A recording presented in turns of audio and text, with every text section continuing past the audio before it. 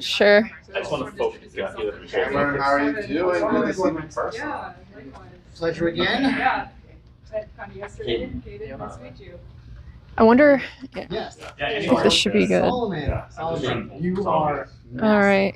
Are you I'm gonna check the stream and see if. straight up? Excuse me.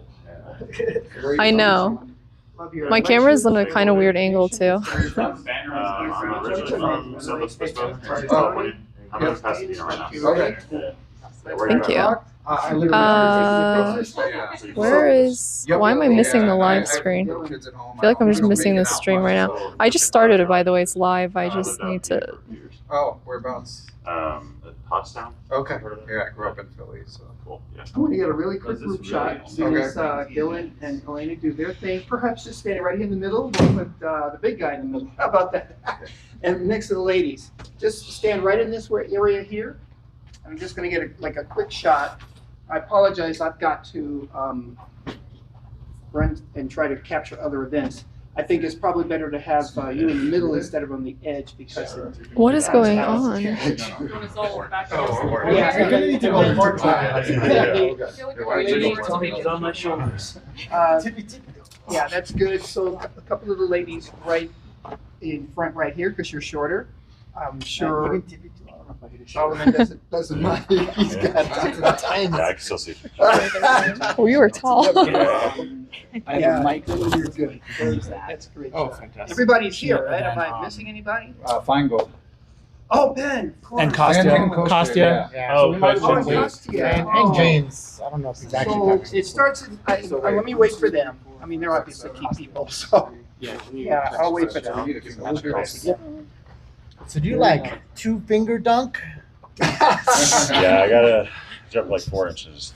Jump like orange. Oh Yeah. my goodness, that's a skippy. That's Yeah, a hippie hop. Holy cow. yeah. I have one friend who doesn't have to jump at all, so that's weird to look at. Yeah, Oh, And he's that's not gonna be good. he's 7'6". 7'6". What the? Yeah, How do you find each other? Like, basketball. You're- when you're just like, That's the another only way, tall dude. guy. I see him. Yeah, you're not just gonna run into each other. Yeah. Yeah. Yeah, well, we'll wait for Ben. It's like an express view. You're just on a different plane. I You did. see other tall people. Yeah, yeah. Wow, that's intense.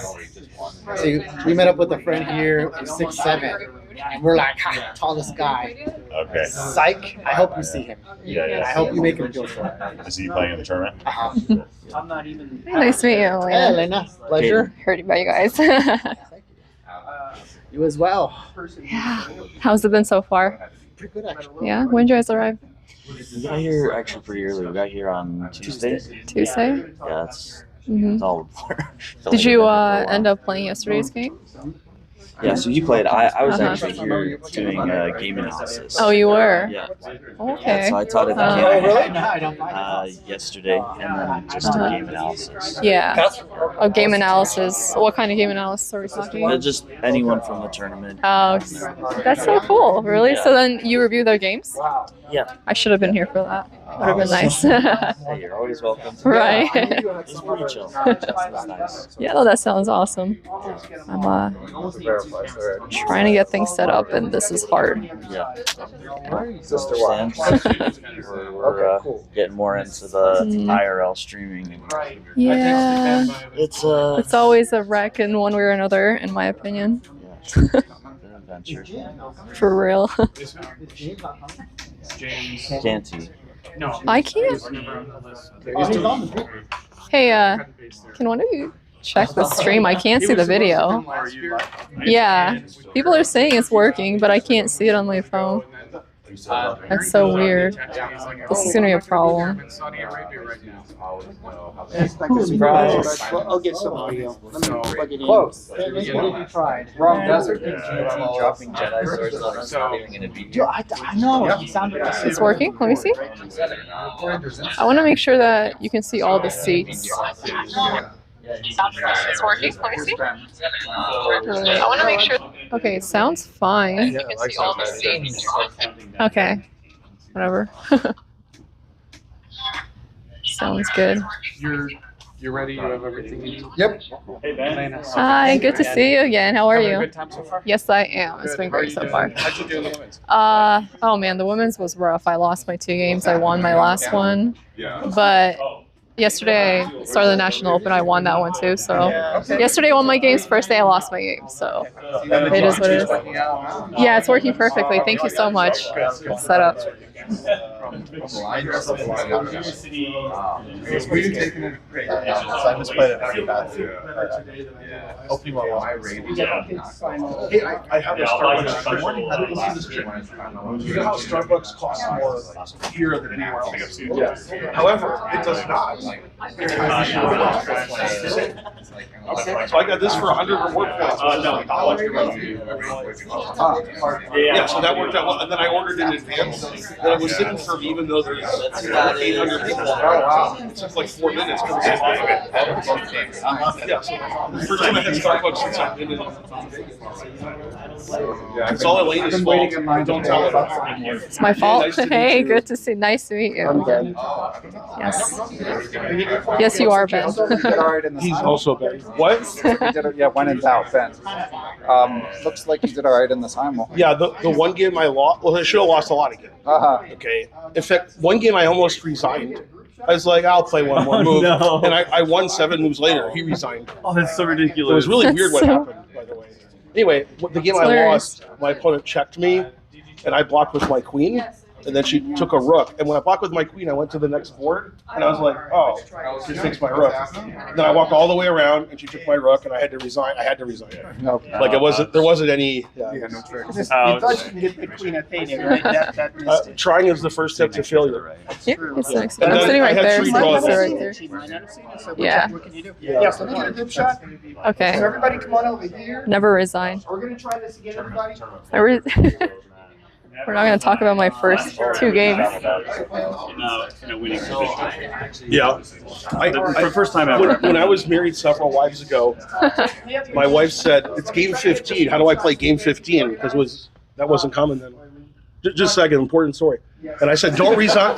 Don't resign. And then she resigned in equal position like in round 3. Oh my god, that's so ridiculous. Yeah, I'm never resigning again. All right, so I'm sponsored by Starbucks, so I'm coming in the middle again. Sure. A bit more, and then the ladies come in front over here.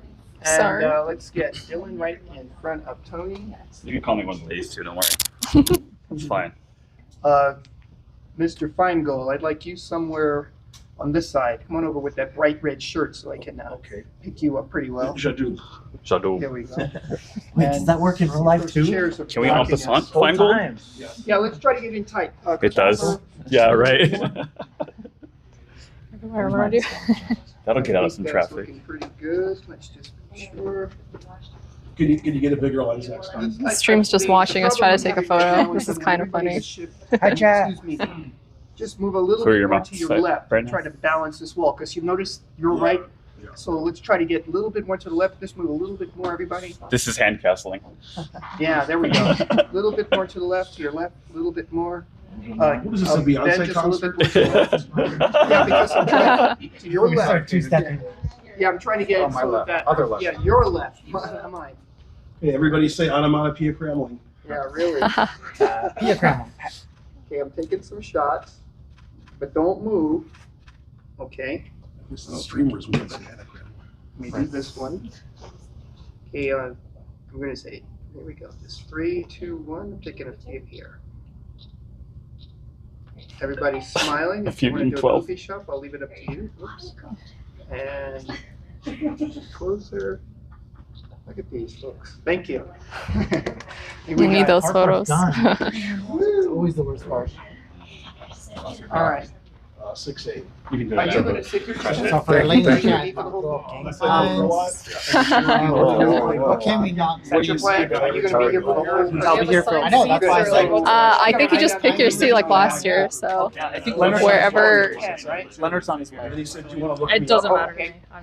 Okay. Just like, I don't care. I have Elena's I'm mic. only for next Let year. Everybody else sit down, right? So I'm here, but not No, I can stationed. find it. I'll be And there's a where we picture of him. Yeah. You gotta fight not to sit on the edge. What's that? Fight not to sit on the edge. That's where it's so hard. It like always like Yeah. like desegregates. Right.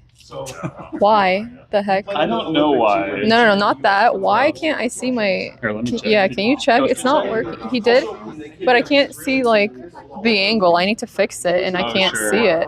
I can tell you actually. Or I can. Why is move the it. guy in the back move saying it that for shit? you. I'm so dumb. I just gotta make sure it's good. I Let's always see. just search it. Alrighty. Okay. Oh my God! Shut up. So can we see? Okay, see, we're not able to see that chair. Yeah, me know. Can you like get it closer? Well, the problem is if we move it, we can't see any. We can't see the other one. I should bring some tape. A little bit uneasy about it. Okay, you can try. I know, I was gonna do it from the side, but then I rather from the front. Let's see. Well, those chairs are gonna have to come anyway. That's like the. Oh wow. So when you're streaming, if there's any interruptions, Yeah. you'll be notified or you'll email them. If you can like check, well, I think I can just go check too, but once in a while to make sure it's not disconnected. If it says reconnecting, then it's not connected. Otherwise, it should be good. But I'll also check on my phone since I can use it. Thank you. Okay, but I mean, I will let you know. I learned a lot. Cool. Thanks. Appreciate that. I think it's almost impossible. Yeah, it kind of is. I came in. Tom Burr said it too. I played it once. So Yeah. Way out in, I think what we're just gonna have to do is have. People have questions. This is fine. I'll probably just be walking around. Let me make Okay, sure. for questions. Okay. It'll pick up on the mic. More like 9 minutes. Since they won't be on I mean, you're the camera, they can overall say their name, whatever. right? They're the And an important. icebreaker. We're all important. Oh, that's good. That's very 1990s. Yeah, all of us. I want to get We are the everybody. world. Exactly. It's a good song though. I So. love that song. I mean, I don't know what to tell you. I don't It's know starting what to at, tell well, it's you. supposed to start right now, 0, but That's a funny picture. Watch this. The Shit, way they did it with mistake. looks like he's the same. so can you guys, I think they can hear everything fine too though. It sounded good. You mean turn it up? Alright guys, let's take these and make sure we have enough chairs up here. But can they hear you guys? Starting momentarily. Did you sit next to my coffee or that's your coffee? I think that is your coffee. I just put it down. She tried You to just capture your copy. shut it. Good deal. You can hold on. Try to steal my seat. Let them. Yep. Okay, so what do you want me to tell Elena? We can start whenever you're ready. Okay. Should I hand this to Ben because he's monitoring and New York? Johnson? Yeah. Whereabouts? Okay, but this is live. 10 years. Okay, I'll tell you afterwards. I don't really mention Yeah. location. Elena, Yeah, I'll tell you. this is live, or Yeah, so Okay. you guys can can use I that have mic. Ben pass it back and forth to Yeah, that's who's completely speaking? fine. Is that a recorder or a It's mic? a mic. It's the little Okay. mic. It's Oh, connected cool. to the phone. Test. Let I don't me know if does it make a Well, difference? it's probably Yeah, it feeding should. directly to. directly. Ah, okay. Yeah. Okay. I mean, I also have another one, but we can use that for if anybody wants to ask questions after. Okay. All right.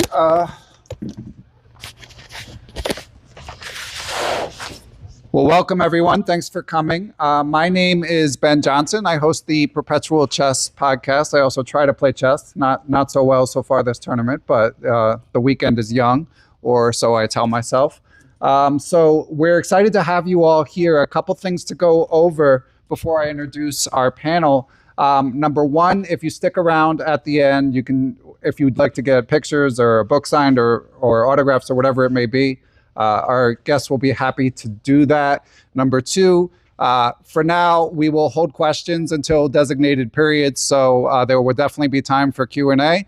But we will start with some moderated questions and then go to Q&A from there. So I'd like to introduce our panel, and we will go from my left across. So we've got Chess Giant here from California, who's got a pretty popular YouTube channel, a national master. Are you playing in the tournament, Solomon? I don't know yet. Okay, so maybe play a few blitz games for money after this event, see how it goes, and if you win, you'll play in the tournament. Okay, excellent. And next to Solomon, we have Cameron Hellman, someone I interviewed on the Perpetual Chess podcast about a year ago. She got into chess pretty recently and her rating exploded. So if you have any chess improvement related advice, she is someone who came into chess as a young adult / college student and is already up to like 2,000-ish online. Welcome, Cameron. And by the way, she's built a popular YouTube channel as well. And then we have Dylan and Elena of the new Chess Lounge podcast. Dylan does a lot of multimedia work, working on a chess documentary that I definitely would like to hear about. And second documentary, excuse me. And Elena, who has also built a popular Twitch following, joining us. Next up, we have this guy. I don't know who is. I don't know who he is. That's because your face looks familiar. Oh, this is this is Grandmaster Ben Feingold. Of course, obviously extremely well-known YouTuber, chess streamer. Did you ever play chess? Unfortunately. Yeah, obviously extremely accomplished chess player. You won the National Open, among other things, right? I tied for first twice. Okay, so he won this very tournament, which is absolutely amazing. And then we got another Grandmaster, Caden Trough here, with his co-streamer of Chess Giants, Tony Padrino. Sorry, Tony, it took me a sec. They join us from Utah. And Tony, that's what I said, didn't I? No. Oh, sorry, Solomon. We're not trying to steal your name. Especially the Chess Giant is just too apropos, so no one should take it. But my apologies. We've got Chess Sharks, and Caden, of course, is here going over games. And Tony won his first game, and we will be getting to know them and hearing from them in due time. And then we have Kostya Kavutsky of the Chess Dojo, of course, popular chess YouTuber, streamer, podcaster. He does it all. Got to sit next to him a couple times, and one of those guys I've chatted with so many times and finally got to meet. And then we have another non-streamer intruder over there, chess podcaster like myself, Kevin Skull, who hosts the Chess Journeys podcast, in which on Perpetual Chess, I sometimes interview amateur players, but also interview a lot of professionals, a lot of accomplished grandmasters and authors and stuff like that. But I love what Kevin does, which is interview only basically amateur players and just hear their stories and how chess impacts their lives. So welcome, Kevin. Okay, so let's get started. Let's kick things off with questions about building an audience. So Solomon, you're relatively new to chess content, correct? How long have you been? How long has your YouTube channel been going? About 4 years. Oh, okay, not as new as I thought. So how did you get into to creating chess content? Yeah, I finished. I was just playing college hoops. Finished that and decided I wanted to do chess full time coaching. So yeah, that's kind of how it started. And I eventually kind of found my niche with chess opening theory and just trying to help players improve at the game. Okay, and where did you play college basketball? UC Irvine and Biola. Okay, and any thoughts of was basketball just done or like? I could have played overseas, but I was tapped out. Okay, excellent. And so Cameron, I know less than 2 years of making chess content, safe to say, right? Yeah. And what were the biggest challenges of like figuring out the chess world as you came in? I mean, when I started playing chess, I learned a lot through the chess content. So it was kind of finding the kinds of videos that like I would have wanted to have as I was like climbing through the ranks. I think that was kind of where, using the word niche again, finding my niche. Can you pass on the mic? Oh. Sorry. Yeah. I don't really have that much more to say, but. Okay, we get it. Well, Cameron, one other thing. So I know you've got YouTube, but you're doing streaming as well, right? Yeah, I started streaming about a year ago, which is it's been a really fun addition. But my main focus is on making like the best YouTube content that I can and making that like very polished. Because the way I started was making basically like a mini documentary about my climb from starting not knowing how to play chess all the way up to 2,000 in online ratings, which I think kind of took off and kind of kickstarted the whole thing. And then I've been making instructive content ever since. And then the streaming is the fun part. Yeah, that was super impressive. I interviewed Cameron not even knowing she was launching the YouTube channel, just based on her accomplishments getting so good at chess so quickly. And when you made that video, how many views did you end up getting on your first video?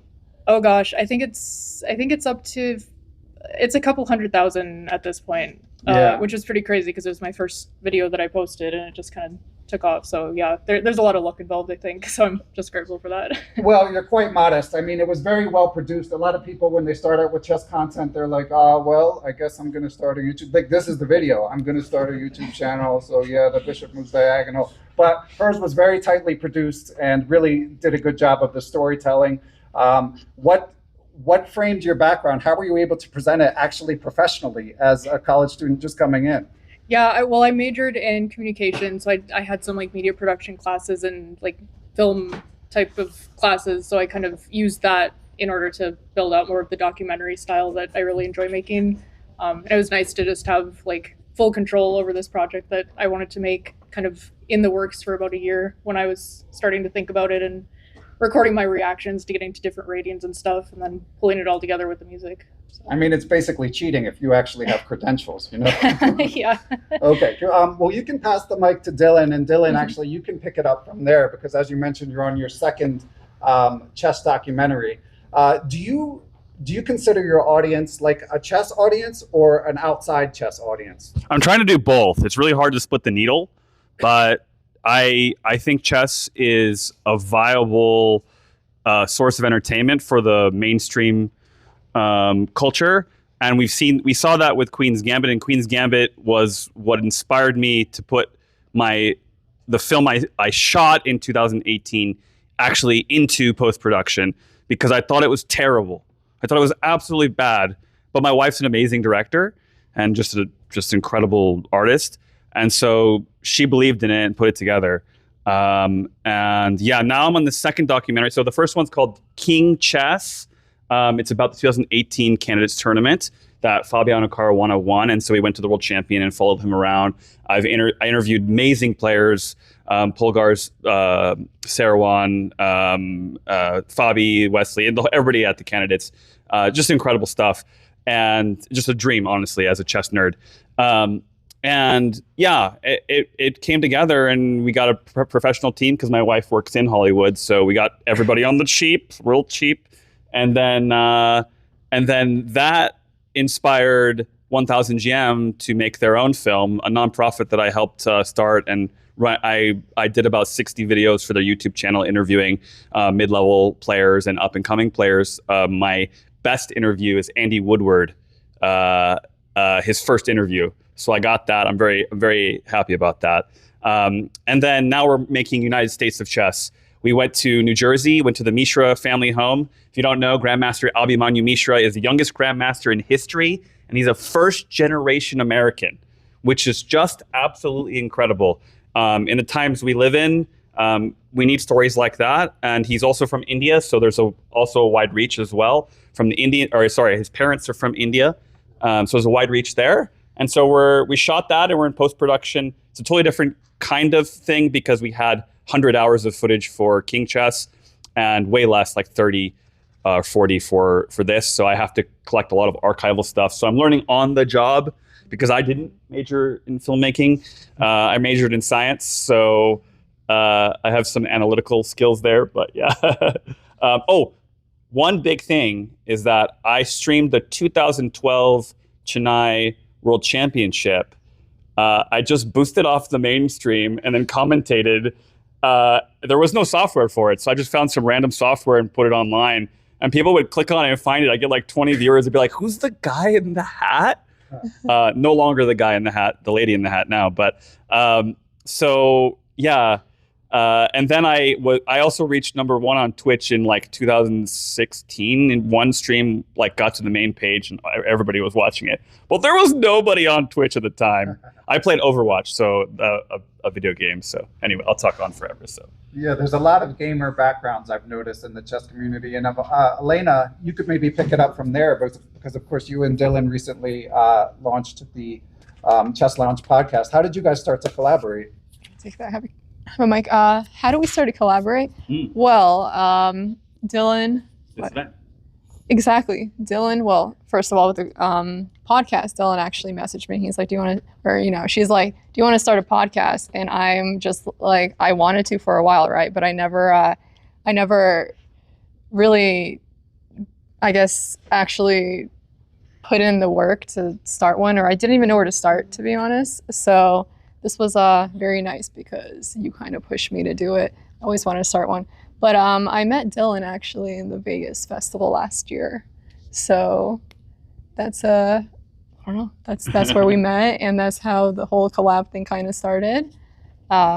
So she's downplaying how amazingly fast she learned and her skills have grown. Yeah, I mean, these days as it's easier than ever in terms of like the production. So it's just a matter of telling good stories, which you guys obviously have experience doing. And I know you're streaming your games, Elena. Have you done that before? I have. Last year I streamed the tournament. Does that, I may ask this of a few other guests as well, but like how often do you think about that during your games? Like not at all. Oh, good for you. Yeah, it doesn't, I don't know how it is for my opponent, but I guess it doesn't like really bug me. I've been streaming for a long time. I've done IRL streams before I even play chess.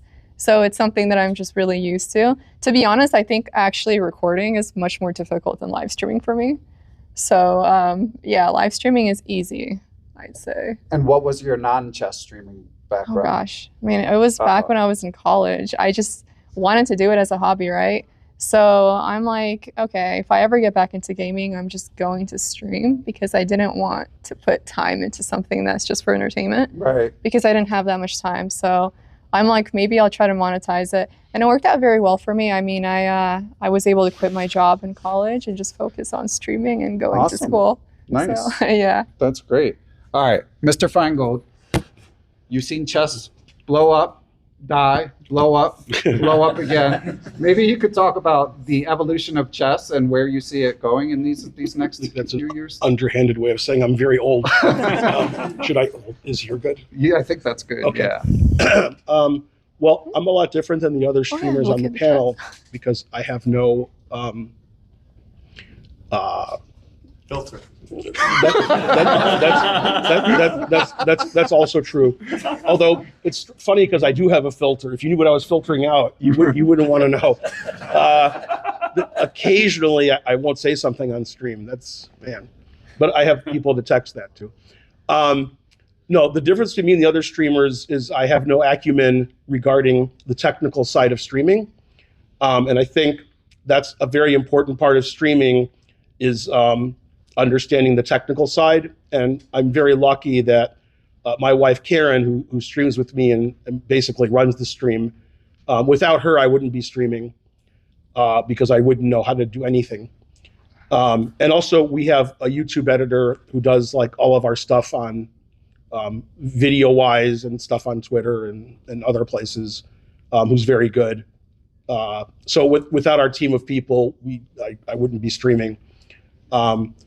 And when I started out streaming, we didn't really have,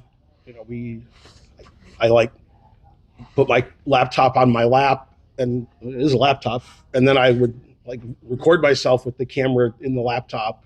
This was years ago, so it was even worse than it is now, and it wasn't very professional. And of course, Karen, my wife, made it more professional. We changed the name of our channel to It's Ben and Karen, because Karen does like 90% of the work, and I just like roll out of bed and go stream. And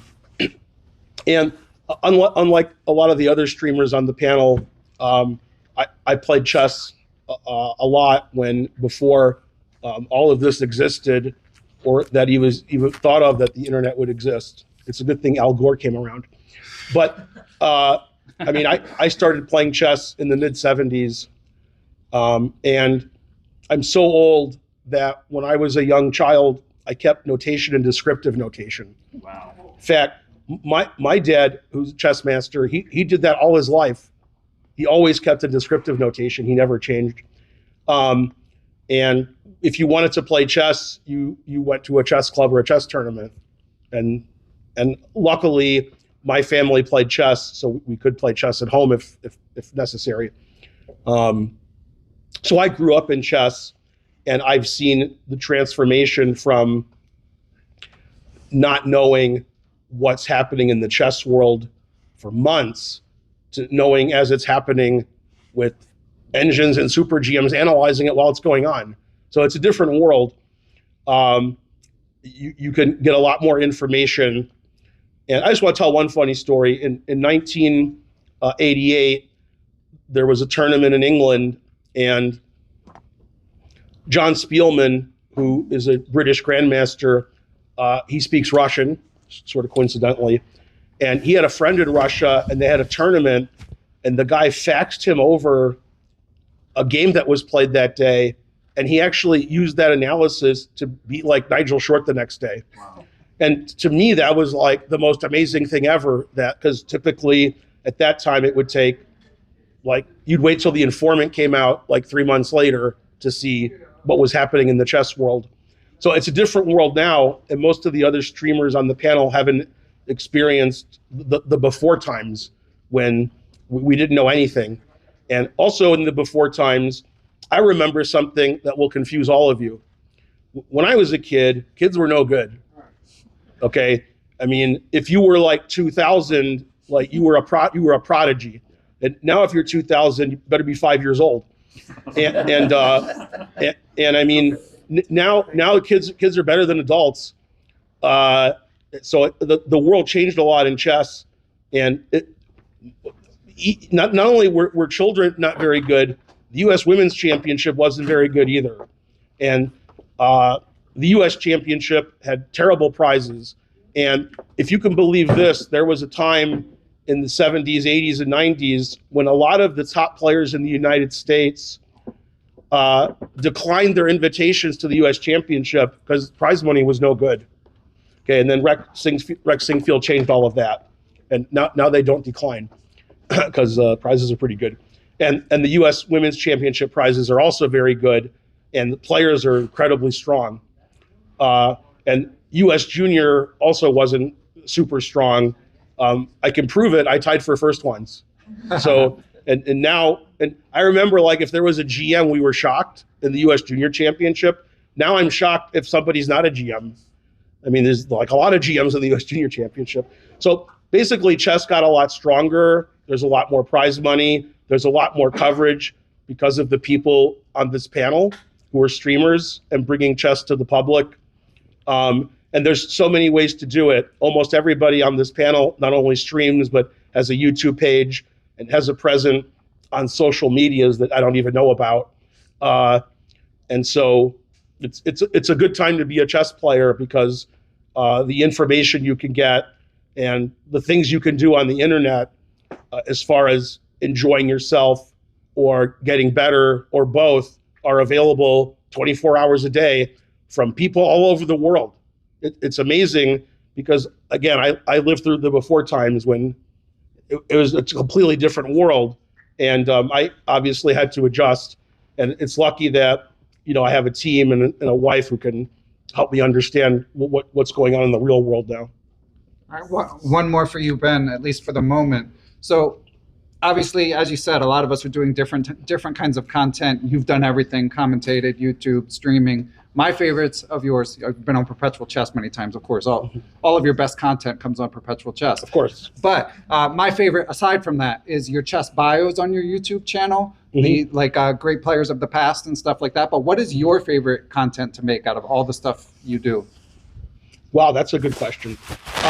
I do like, because on Mondays, I don't stream, but we make a video for YouTube. It's a sponsored video. And a lot of people ask me, why did you make that video? And I'm like, that's what the sponsor asked for. Right. So if you want to sponsor a video, you say, I want it on this, and that's what the video's on. I don't decide what the video's on. Sponsor does. Occasionally, maybe like 4% of the time, we can't do what the sponsor wants. It's too weird or strange or it doesn't make any sense. Can you say it's none? That just doesn't make any sense. Like Bill Gates or something? No. Like if they want, like I want a lecture where if I'm in the middle game and I'm slightly worse, what should I be doing to improve my position? Right. And I'm like, wait, what? Play better. But most of it is like I want you to do a lecture on this great player or this opening or something like that. Occasionally, they want us to show their games, and we're like, no, we don't do that. So if you're like 1400 and you want to sponsor a lecture where we show 3 or 4 of your games, we're not. Sorry. But I really enjoy doing that because that's one of the things where I learn a lot, because I get to see a great player's best games, and typically a lot of the time I haven't seen those games before, or I haven't analyzed them thoroughly, which I have to do for the video. And so I feel like I learn a lot and I get an appreciation, because all the players, no matter who they are, their best games are really good. If we only judged you by your best games, it's decent. Okay, but let's not talk about like the simul games I played yesterday. Those don't count. So I like doing that. I like making videos on, as you said, like great players of the past and present. And the last one we did, which was published a few days ago, was on Komsky. Oh, wow. And, it's funny, like when you think of Komsky now, you think, crazy old man. Okay. And that's accurate. But if you look at his games from like 20 years ago, where he beats Kasparov and Kramnik and Anand and Carlsen, then it looks better. And that's the Komsky that I remember, because I'm actually older than him. So I'm crazier and older. And I remember the guy at Komsky who was top 5 in the world and beat every world champion, not the one who says everybody's cheating now on the internet. That's a different Komsky. And the truth hurts. But it's interesting to see the transformation that people like Komsky and Kramnik went through, because they're not as good as they used to be. And that's like, I already gave up like a few years ago knowing that I wasn't good anymore, but it seems like they haven't. And the time makes fools of us all. Yeah, it seems like it's developing a rite of passage. You go from elite player to everyone's cheating on the internet guy. Yeah. So Komsky's just one of the many. Passing it over to Caden and Tony. So obviously, Caden, quite an accomplished player. How did you guys get into content, and what have been the challenges of launching YouTube and chess streaming and all that stuff? And before you answer, possibly my favorite game of all time, possibly, is the game you won in the World Cadet under 12. Oh yeah, where you played like every move you played was the most brilliant move I ever saw. You kept doing it, and I was like, "What's happening?" It's the greatest game ever. That was actually the 9th round game, right? Vorontsov, rookie 2. Vorontsov, yeah. But I mean, you made so many like only moves that won. Yeah. But, okay, rookie 2 was crazy. It was the start. I was a coach of the tournament. I mean, I couldn't believe. Yeah, and you won. Yeah, I mean, you won the tournament. Yeah, it's. I mean, I had 2 games after that, but I definitely look back at that game as like, no, that was really the game that carried me to first place in that tournament. Yeah. And that's amazing. A little bit on that. It was kind of funny because we did game analysis with the chess coaches, and I brought mine, and we're going through this game, and we get to like the critical moment, and I show this move that I'm like, I don't know if it works. It looks crazy, but I won, so probably. And the coach that I was working with, he's like, no way. And so he immediately goes and grabs a laptop. He's like, I have to put this into a chess engine right now because I can't disprove it, but there's no way this is the move. Pulls it up, puts it into Stockfish. Yep, only move, best move, should be winning for me. And then we go through move after move. He's like, good on you. Wow. And then starts bringing the other coaches over. I'm like, thanks, guys. I really needed that. It was actually Alejandro Ramirez, which is why I was. That's why I was saying. That's why I was dancing around it. Yeah, awkward. Yeah. That's amazing. So is that like? I mean, obviously you accomplished a lot more after that. Like, where does that rank for you in terms of career achievements? No, I think winning the world championship for my age is up there. It's really hard because while I value that, I feel like the Grandmaster title was what I fantasized about as a young kid. It's what it felt like a thing of legend, that Grandmasters existed, but they weren't actually real. Like, there's some made up beings that could play chess really well. And so winning the world championship title was great, but I don't think anything would replace the Grandmaster title for me. And I mean, as far as us and how we got into business, I played chess since I was 3 years old, really got into it, played a lot. started to travel more when I was probably about 10 or 11. And that was chess. I mean, you asked about the live streaming of games. I think having this guy to be a commentator on a lot of my games kind of mellowed me out. I didn't stress as much. I don't stress anymore. It's like if you survived a Ben Feingold commentary, you're good. You know, he gets to the point. So yeah, I mean, chess has always been a big part of my life, but I hit a point where I think once I became grandmaster, it was that reality of, hey, I need to push higher, right? 2,700 is the next big goal. And I just hit that point where I had to decide, like, am I passionate enough about chess that I can really push to that higher level? And I realized, no, I was a bit burnt out. I'd been in the grind for years and years. And so I took a huge break. I stopped playing in classical tournaments for 6 years. And it wasn't until actually a different friend of mine contacted me about potentially starting a chess business. And I was kind of in between jobs at the time where I'm like, you know, I have always loved chess. I always continue to play it. I always continue to do chess things. And content creation felt like the way, right? Where I could still be involved. I could still have that love of chess without feeling that same pressure that burnt me out before and all that work. And so I got into it with that friend first, and then this guy came along and was like, how would you describe it? Hey, you have something special here? Let's do this. Yeah. Jumped in. Yeah, and it was funny because at first he was like, I'll just help you guys out. And the other friend, he was like, he just seems like a really nice guy. I'm like, he is a really nice guy, but I feel like there's more to this. And so eventually we brought him on. Long story short, we ended up having a falling out with the third person. And so we started Chess Sharks at the beginning of this year and have just been really trying to grind away. And we love it. We stream a lot, like for 40 hours a week. And wow.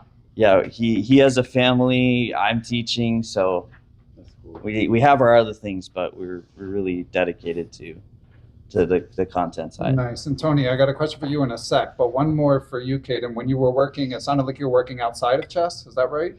Yeah. Well, I had quite a few years I was working as a teacher, and then I had a friend that contacted me. He was interested in starting roofing, okay. Which, let's be clear, I am not a roofing person. I have no background in roofing. Does not use a hammer. Does not. I had barely been on a roof.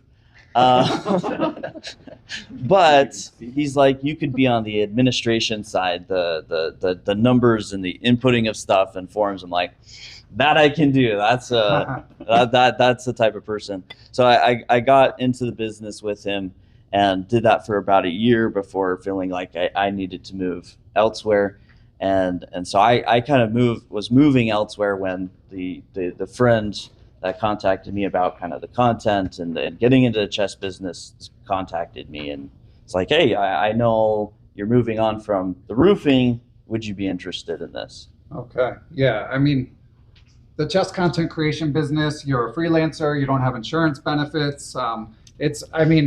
In one sense, you're living a dream, but it is challenging at times. But roofing is also challenging. So, there's some definite stories of working with people where you finish the roofing job and they're like, but it's just not quite right. We're like, are you sure? Because we go there, we check it, it looks really good. Like, but yeah. Anyways, back and forth. Okay. Good people though. Good people. And before we get to Tony, Glenn, I just wanted to check in with you on timing. I want to hear from our remaining three panelists, and then should we go straight to Q&A? I also have some general questions I could throw out there. General questions. Okay. Absolutely hit with it. Okay, sounds good. And Tony, I know you've got a TV background, Sister Wives. Could you tell us that story? Yeah. I've been a part of a reality TV show for 8 years now, and so having an audience, people watching me has not been weird. It's been pretty normal. My wedding, my courtship, have all been on TV. Our wedding was on People Magazine. The birth of my kids have all been on TV, including, her spreading open, me there. I didn't catch the baby, but I was there. That was all on the show. And so, I mean, kind of maybe not chess players, but like more general America, especially moms, like they're our audience. And so I've been on there this whole time. And so kind of just being out there, performing, being entertaining was like a very natural way for me to jump into live streaming with Caden, because honestly, it's just about like being goofballs, having a good time, and maybe playing some chess also. So, that's part of my life. It's pretty wild. Let me tell you. And I do want to say, it always makes my day when we're walking down the hall, even here at a freaking chess tournament, and people stop him like, "You're from Sister Wives." I'm like, got him. Oh man, yeah. Earlier this tournament, I had this very excited fan. Obviously a mom, and she found me. She stopped me in the elevator. She gave me praise and wanted pictures, and we happened to be on the same level. I won't tell you which one. And I had to like walk away from her, pretend that my room wasn't that way, because she absolutely would have followed me in.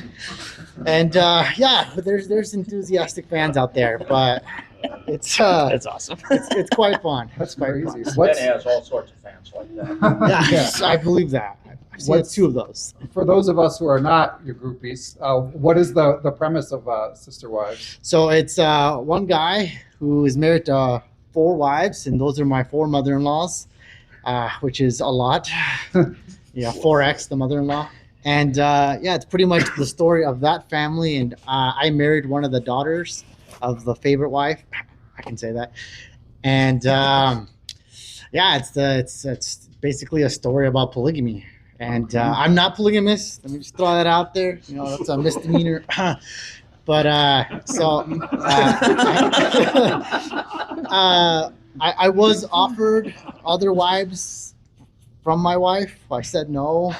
One wife is plenty to handle, a lot. So I promise you don't want more. I've seen the downfall of him and his wives, and not my first choice. So that's the premise, is that storyline. And you really don't need. A lot of people ask me if things that happen are like orchestrated or like acted out, and I'm like, dude, there's no way. You have drama with one wife. You add 3 more, you don't need to make anything up. The drama is all there. It's natural. I mean, it's wild. All right. Yeah. And where can you watch it? Pretty much everywhere. You can watch it on Hulu, TLC, Discovery Plus. There's 18 seasons. Wow. I'm in the last last 12 of them. And you can watch it out there. Okay. All right. Watch party. Yeah, we could go on about this, but we'll get back to the chess with Kostya. Do you mind handing the mic over, Tony? Good, sir. So a lot of you probably know Kostya. I mean, he and I go way back. So I started Perpetual Chess in 2016, and I interviewed a few people. I had some connections in the chess world, but there were a lot of people I didn't know. So I basically rounded up the friends I had in the chess world and launched the podcast, see if anyone would listen. And Kostya, I believe, was the very first person I interviewed who I did not know. Graciously reached out from the early days, and then I've seen his career blow up since then. And he, of course, he had a pretty popular YouTube channel back then, obviously as an IM, very accomplished player and trainer as well. But then at some point, a couple years down the road, suddenly he's making social media accounts called Chess Dojo.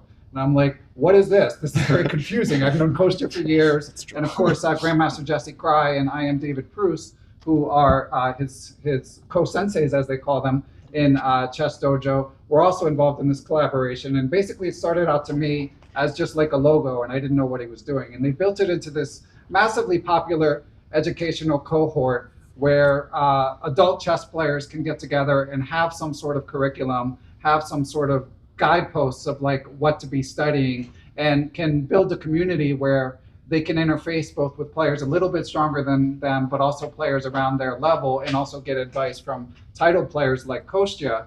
But my question for you, Kostya, is like those early days when you made the logo and I'm like, what is this thing? Why are you wearing this hoodie? Like, how much of what it's turned into did you visualize at that point? Okay, yeah, great question. So, right, I was doing YouTube for a couple of years before Chess Dojo ever started. And I just want to say, I remember when you started the podcast. Right. And I was very excited because it was like 2016 and I was listening to, I think, some podcasts at the time, but there was no like big chess podcast, or there was very few, and they were like they would just like come and go. And then finally you started one that was very similar to like, I would say like Mark Maron, just like interviewing people, like a deep dive. And I was like, oh my, amazing. Thank God someone's doing this. Because I thought it was just like a great idea. And it's turned out wonderfully. I mean, it's just like, it's a huge podcast now. And I remember when you were just starting and you're like, hey guys, I'm just going to launch this thing. Mark Maron is like, he's big influence. So. Yeah. Oh yeah. So I mean, well done. So yeah, with Chess Dojo, so now it's a collaboration channel with myself, Grandmaster Jesse Cry, International Master David Pruis, and basically that started in like January, February of 2020. David, who I've known for many years, he reached out to me. I'd been streaming at the time. David was streaming. Jesse was also streaming. We were all kind of streaming. It was very competitive already. And David suggested that we should team up and just form like a super channel because we were all streaming together, and we were all kind of like, we had similar feelings on like chess and chess streaming. Like we're all into like classical chess, and we don't really like bullets, and like we're not huge fans of like Puzzle Rush and things like we feel like chess improvement is like slow and patient and not like, you know, fast and hype. And so we're all just kind of like, I don't know, I felt like we had a similar vibe to one another. And so we planned on starting a channel in June 2020, and then in March 2020, a couple months before that, the pandemic hit all of a sudden, and everyone got sent home. And so we're like, oh, I guess we should launch now because like we're all at home anyway, and everyone was like getting into streaming, and we're like, yeah, let's do it. Okay, so Chess Dojo, the name was I grabbed the name a couple months before that because I wanted to start a Discord server, and basically the reason I did that was because at the time, the main like place you could go to like find a training partner or something was like Reddit or like Chess Twitter. And it was like very hard to find people, I thought. Like, cause on Reddit, there's like a million posts and they're all the same, you know, and it's just like, it's so hard to find something. And in Discord, you can just have like a channel with all the people that are searching for trading partners. And then you can have like different channels to find like puzzles or whatever you want. So I just thought it was like much better organized. And I don't remember how I came up with the name Chess Dojo. It just felt like a thing that made sense, you know, a place to like get better, train with other people. And then I was like, hey guys, I already have this name, you know, we might as well use it. And then they jumped on board. And yeah, now it's a very different project, I would say. It's like the three of us trying to help as many people as possible improve their chess. And we have an amazing community of people like working together, which is super cool. And I think I recognize some faces here. So shout out to all the dojoers. And it's great. Yeah, I love what it's become. Yeah, it's been really cool to see. How many members do you guys? And we should say it's like a paid membership. And for anyone not familiar with Discord, it's basically like by invitation messaging app, I guess is the best way to describe it. Chat room, but basically semi-private chat room. Where you can sort it into different channels of interest. But anyway, how many members are you guys up to? So yeah, we have like an online program that is paid with like a training program, and people can track their progress and stuff. And we've got 1,800 members in that, which is cool. But we also have a totally free Discord. Everyone is welcome to join the Discord. It's totally free, and we've got like 7,500 members in there. So definitely join the Discord if you're. Yeah, I'm a paid member, although I never actually, I very rarely actually study the chess, and they don't make fun of me too much for that. Yeah, you, Dylan, this guy. I study though. Okay. Are in the program. It could be more active. Yeah. Okay, and kicking it over to that Chess Dojo member, Kevin. Kevin, so as a fellow chess podcaster, I'm going to ask a question that's been asked of me, and I always stumble through it, so welcome. The question is, also all the chess stories that you hear from predominantly amateur players, although you do interview title players like Gaka Bogart and others as well, Like, what do you notice, if anything, as the common thread among chess junkies? Wow. There's actually lots of common threads, but I'll go with I'd say most of the people I interview just love chess and want to play as much as possible. I just talked to Omar this past week, and he's one of my favorites because he's so much fun. Yeah. He's not that highly rated. He's gotten better over the last few years, but it's been a slow, hard journey. And he was talking about how like now he plays tons of bullet games, and I was like, wait, what? I thought you were really trying to get better. Or why are you playing so much bullet? And he's like, because I'm trying to cut back on playing chess. And I was like, I don't understand. What? And so this was his theory, that it was like, when I play too much rapid and blitz, it like something happens. So I'm trying to cut back, but I physically can't cut back. So I just play bullet because I know it doesn't count or something. And I was like, wow, okay, that's fascinating. So the big takeaway for me was just that like chess players love playing chess to the point where like it can be hard to even put it down and do something else. For myself, I do the thing where I'll be like, uh-oh, I'm close to some ridiculous rating goal that doesn't matter on chess.com, and I'm not feeling it today. So I'll fire up my Elite Chess account that I don't care about, and you're like, well, none of it actually matters. Just play chess and get better. So everyone's trying to get better. Everyone loves chess. That would be the big things. Yeah, that's what stands out to me too, both on my pod, but also especially listening to yours, is you feel like they're coming in hot. They're so excited to talk about chess. And I think part of that, my theory, is there are a few things that like significant others or friends in your life, like they might not want to hear about it.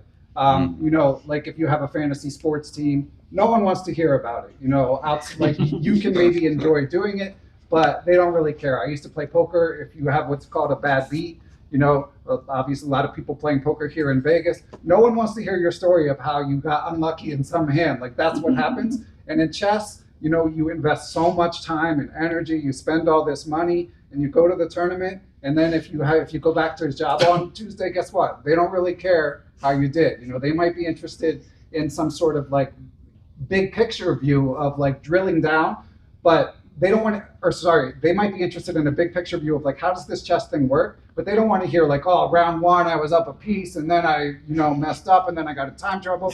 But you come on Chess Journeys and you have a willing participant and, you know, an audience of thousands ready to hear like every detail. So the enthusiasm of the guests and of course of you, the host, Kevin, really stands out to me. So I wanted to kick it to a more general Q&A, and then we'll get to your questions pretty quickly.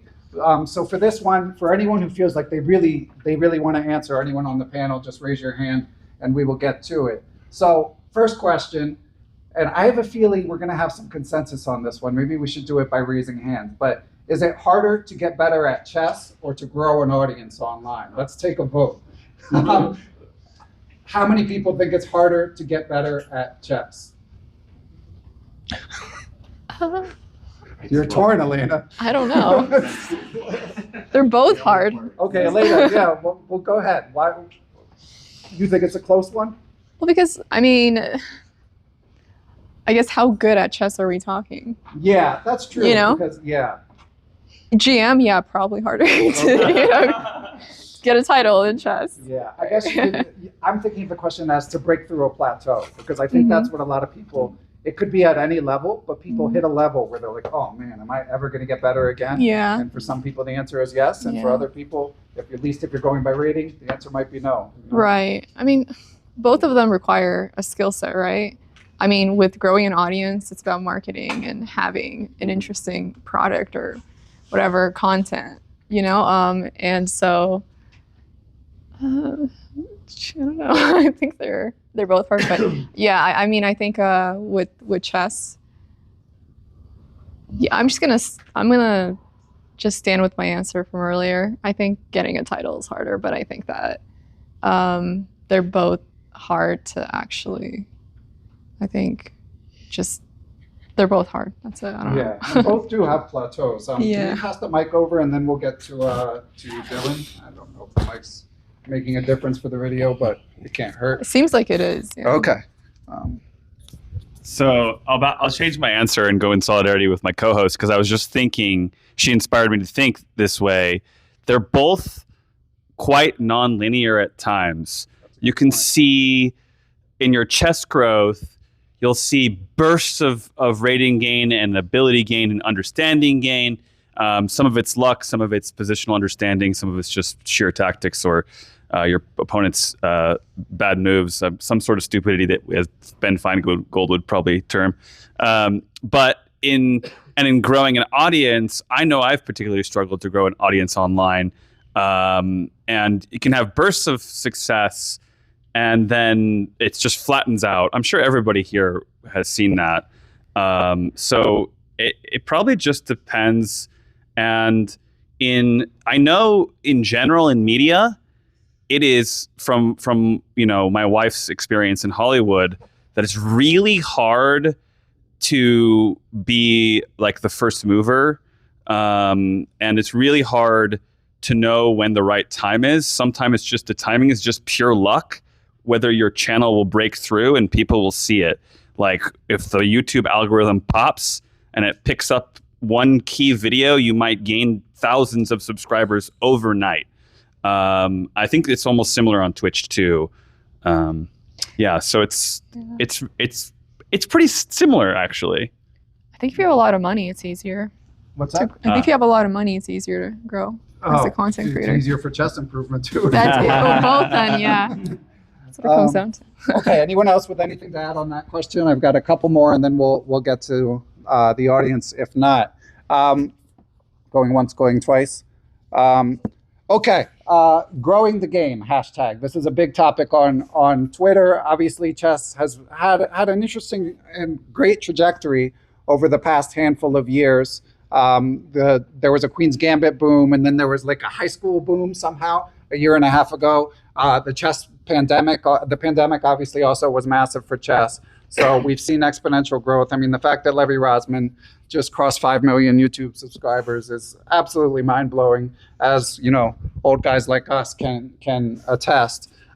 Maybe Ben, you could start, and then if anyone wants to interject, is there like a next level? Like when I interviewed Eric Albest, the CEO of chess.com, they're really trying to get chess on mainstream TV.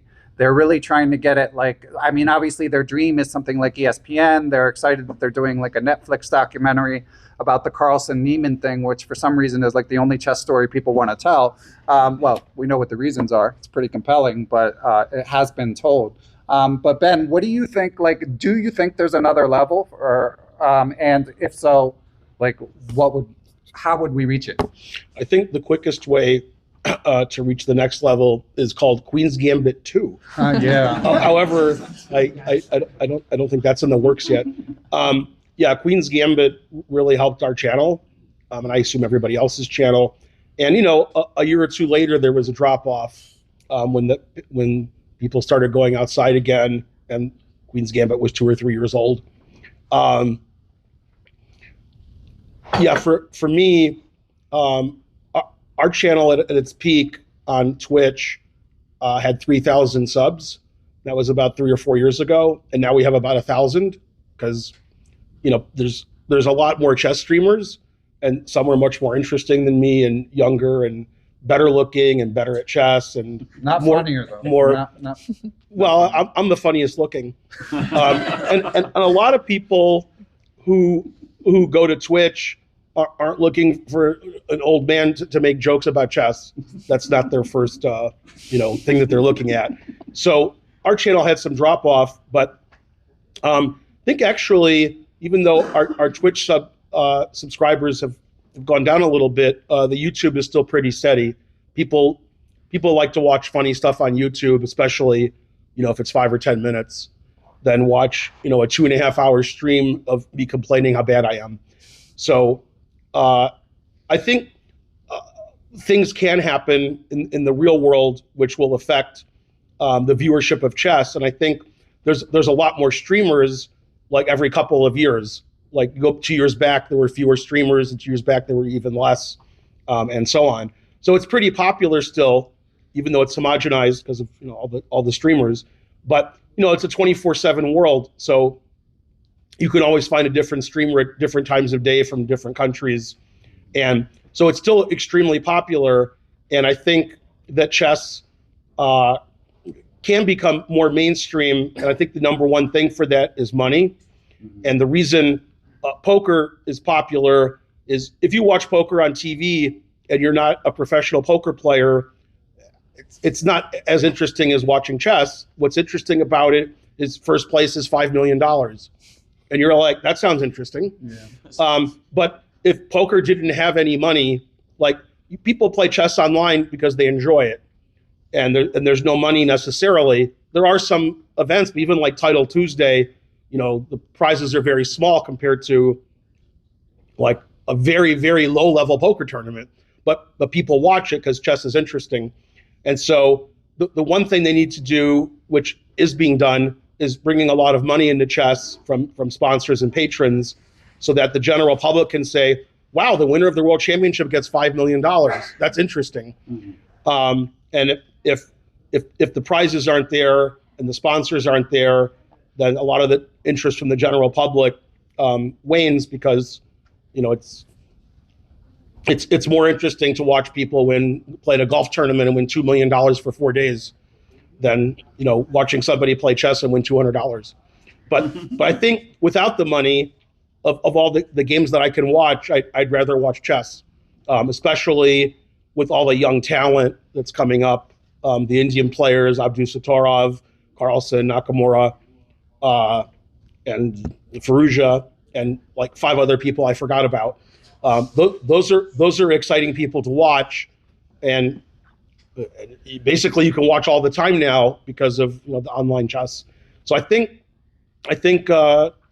things are looking good, and I expect with chess.com and Lead Chess trying to get more people interested, something big may happen at some point that's not Queen's Gambit, and we'll see another chess revolution.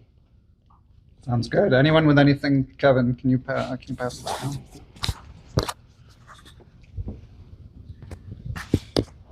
Okay, so I'm a high school teacher, so I got to see firsthand the boom in high schools, and it was the most bizarre phenomena I'd ever seen. Every kid in the school was playing chess, like secretly in class. Like you'd walk by a classroom and you'd see 8 kids with like a phone with a chess game in their lap. And I was like, oh my goodness, this is bizarre. And I was an instant celebrity at this school. They were like, you're 1,700? You're a god. And I was like, pretty much, yeah, that's pretty right.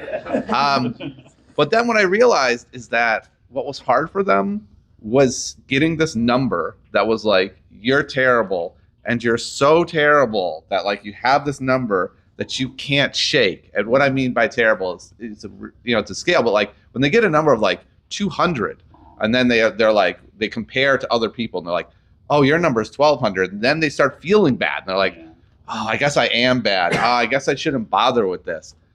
Well, I think there's room for some sort of chess where there is not a rating. I don't know how this would work. I don't have any ideas for this, but like some sort of like just chess is fun. Like all these kids found chess to be fun, but then the self-doubt, the comparison, the insecurity set in, and suddenly they just all dropped it. And I was kind of like, why don't you play chess anymore? And they're like, I tried. I couldn't get over 400, so I quit. I was like, but I thought you loved it. And they're like, oh, I love chess. It was super fun. I just don't do it anymore. And so I don't know what the answer is, but some way to engage that audience in a way that doesn't give you that instant measurement where you can feel bad about yourself for doing this thing that you like. Oh, sorry. I just wanted to add, like, on that, there's been a couple new like meetups around the country, which I think has been really cool. Like there's a couple in Los Angeles and like New York, and Toronto. Pub Chess Toronto has been around for a while. I feel like that might be like the next direction, where there's just a lot of people like playing in person, and it becomes normal to play chess in like bars and stuff, and that just becomes like a regular thing. Yeah. To add to that, it's a really big thing in New York City, right? And I've actually been working on making streams happen in those places. Awesome. So I've talked to multiple clubs because I want to be able to stream the clubs and casual chess as well, to bring more attention to it. Because, you know, we have the tournaments, but that's a little bit more serious. It would be nice to bring attention to like casual chess and just for entertainment, right? Not so serious. Yeah, and it fills a void where this was especially true again, our generation. A lot of people get into chess as kids, take it very seriously through their high school years. When you get to college, your priorities often might change. And some of those people come back, but it always seemed like more didn't.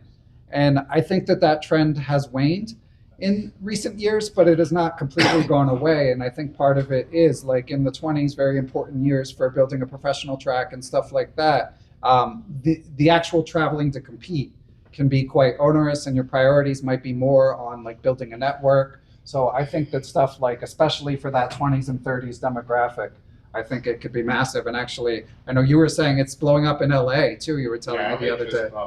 They'll be there. Yeah. So it's that could be the key to unlock anything. Anyone with anything to add, or we should probably get to Q&A, right, Glenn? Okay, so for Q&A, should we have people raise their hand and someone bring the mic? Or Yeah, I think we can do that. I can bring the mic. Okay. G10. Great. Okay, we got. Wait, this is below your pay grade. I've done worse. It's for the camera. I'm not proud of it. The video. Yes, connected. for Well, I better don't know video which side quality. is the microphone, but anyway, this question's for Ben. I'm old enough that that guy, not Ben Johnson. I'm old enough to have probably played your father. Okay. And I got out of chess in 1972. It was the last time I played the last overboard game. Until a month ago when I played my first one again. Okay. That's in a a big tournament.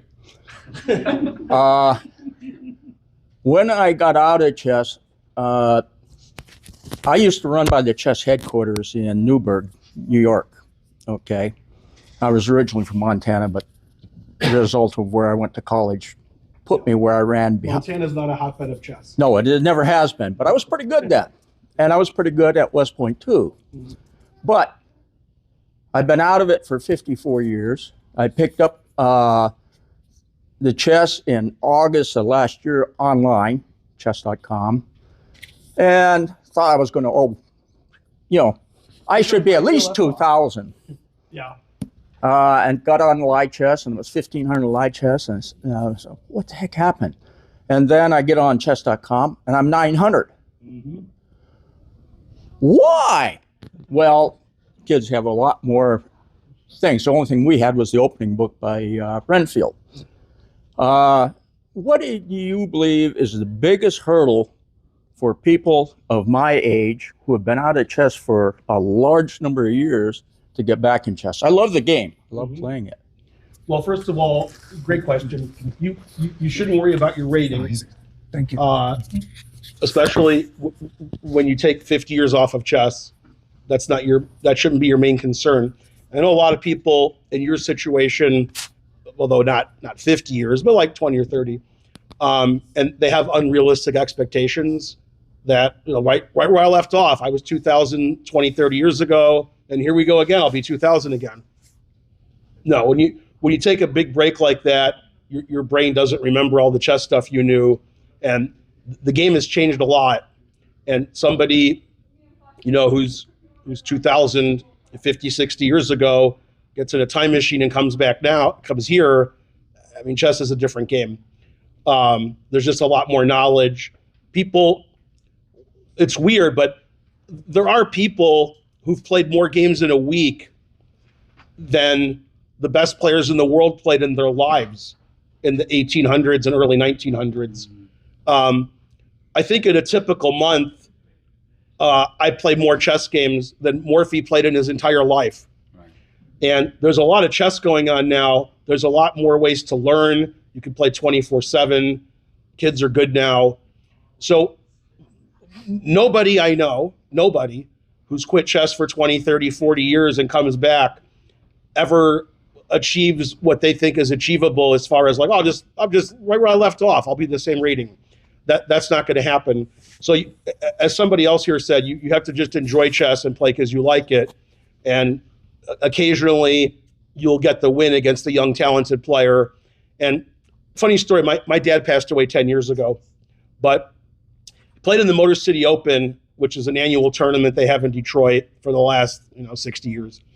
And he played 1 year, about a year and a half before he passed away, and he got 0. And he was 75. And he played in the open section, and my dad was 35th rated in the country at his peak. My dad was good. And he got 0 against like 2,000 players. Wow. Then the next year, he played his last tournament ever, the Motor City Open again. In the last round, he played, I think it's Christopher Shen, who was like a 10-year-old rated 2150. My dad won in the last round in 6 hours and 15 minutes. Jeez. And that was his last tournament game ever. And then like 7 months later, he passed away. So occasionally you can find your form and so on, but not usually. So, I mean, it's very tiring to play chess. Chess is a young man's game. And I talked to Karpov once about this. You know, I said, as you said, no filter. I said, Anatoly, how come like you're no good at chess anymore? I didn't say that, but that was what I meant. I said it in a nice way. I said like, how come you're the best player in the world for years and years and years and years, and now you're not? Like, what happens? He says, I understand chess as well as I ever did.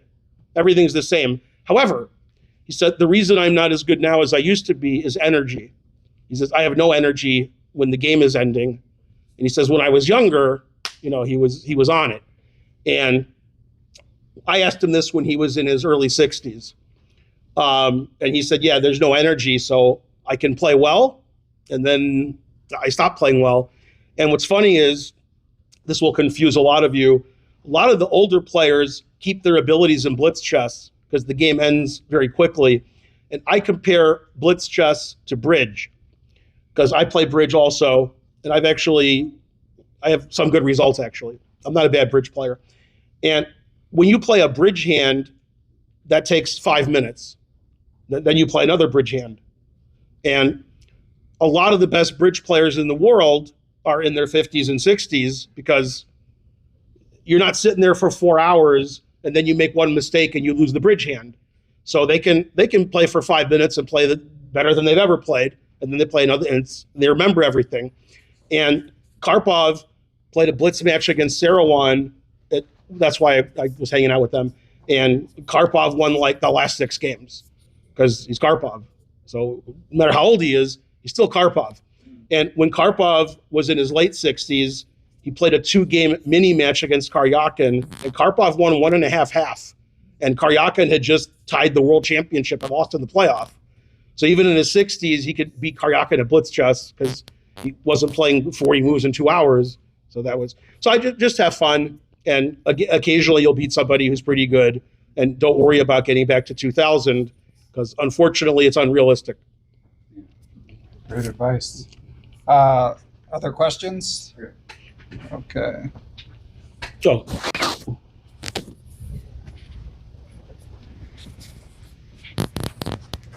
Hi. Okay. So it seems like making chess content can be very exhausting. There's all these different social medias you have to be on top of, like monthly subscriptions on Twitch. Do you ever get burned out in chess and you still have to make chess content? So how do you kind of deal with that? I guess that's my question. Also, what's the best Simpsons episode? That's for We know who that question is for.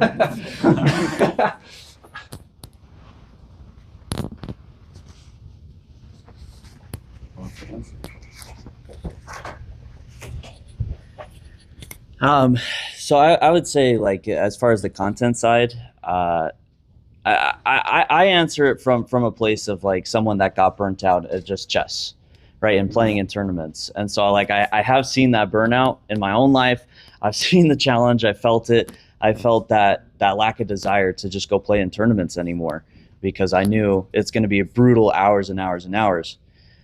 Content for me is very different, and I would say content, like we've definitely had nights because we'll get on stream together and we'll be like, man, I'm feeling bullet tonight, or I'm feeling blitz. And so I think what's really nice about chess that I found in the content side is that there is a good variety. I mean, we like to focus in on the little points of chess, like, hey, we're playing the same game, maybe the same openings. I'm like, maybe I just don't play the same openings today, or maybe I play a different time control, or I'm even going through a rapid phase. I used to play Blitz and Bullet, and that was it on stream, and now I'm playing 10-0 games, and I'm loving it. Like, playing those longer games has been just a ton of fun to me. So I think what is nice about that content side is, we're relatively easygoing, and so I think that's helped a lot in just, hey, let's be honest, I'm not feeling this tonight, this time control or this arena or whatever, so let's mix it up and do this. And that's amazing. Really enjoy it. Got a question behind you, Glenn? They're all good. I only watched the first 10 seasons. I missed the last 20. Hello. I wanted to ask about the beauty of chess. And to me, chess is very beautiful for some reason, and there's a lot of people too that will agree. So my question is, what makes chess beautiful? What are the places in chess where you can find beauty, and possibly why? Why is it beautiful? His game was wrong sauce.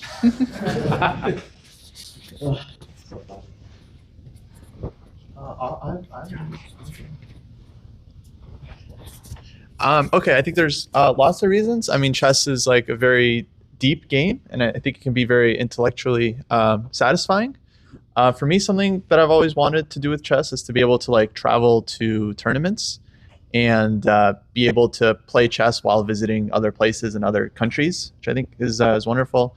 And one thing I've always appreciated about chess is you can play like a full classical game against someone and not share a language, but still like go over the game with them afterwards, which I've done a couple of times when I played like maybe a Spanish player who I like know English, but then we like review the game and we can still like understand like what happened, and then we can analyze the game, and like so like the chess itself becomes kind of like a shared language, which I've always thought is very, very cool.